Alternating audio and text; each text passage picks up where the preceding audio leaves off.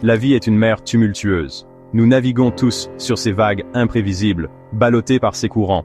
Nos émotions, comme le vent, peuvent nous propulser vers l'avant ou nous briser contre les rochers. Cet essai est une boussole et une carte. Il vous guidera vers la maîtrise de vos émotions. Apprenez à naviguer sur les eaux agitées de la vie et à forger un esprit inébranlable. Dans ces pages, nous plongeons au cœur de l'expérience humaine. Nous explorerons la puissance brute de nos émotions.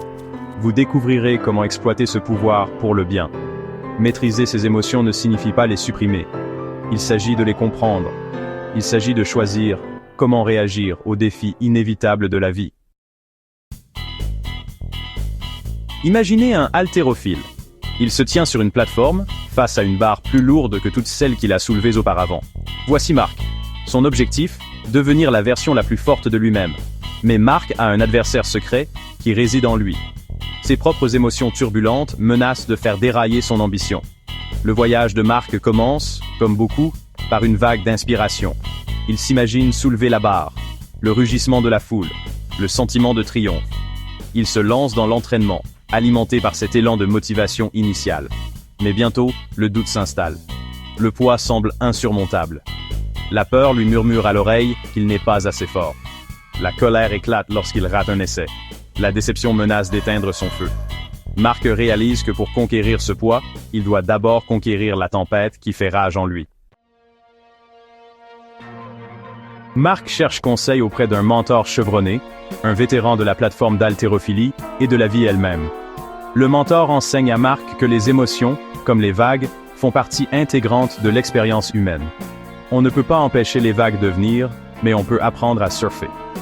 Il initie Marc à la puissance de la pleine conscience.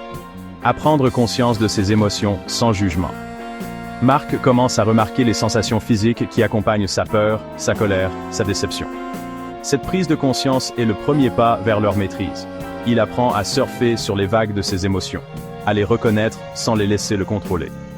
Il développe un mantra, cela aussi passera. Il se rappelle que tout comme les tempêtes cèdent la place au soleil, ses émotions, elles aussi, sont transitoires.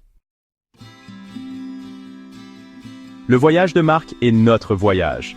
Nous sommes tous confrontés à des batailles internes. Mais en apprenant à observer nos émotions, à comprendre leur flux et reflux, nous gagnons le pouvoir de choisir nos réponses. Tout comme Marc a entraîné son corps à soulever des poids incroyables, nous pouvons entraîner notre esprit à résister aux tempêtes de la vie. C'est l'essence même de la maîtrise de ses émotions, répondre avec intention, ne pas réagir par habitude. Il s'agit de cultiver la résilience. Il s'agit de choisir le courage plutôt que la peur, la patience plutôt que la colère, et l'espoir plutôt que le désespoir. Faites le premier pas sur le chemin de la paix intérieure. Commencez par simplement remarquer vos émotions. Que ressentez-vous en ce moment? Reconnaissez-le sans jugement. Ce simple acte est la graine d'une véritable maîtrise émotionnelle. Abonnez-vous maintenant et embarquez avec nous dans ce voyage transformateur. Votre voyage vers une version plus forte et plus résiliente de vous-même commence aujourd'hui.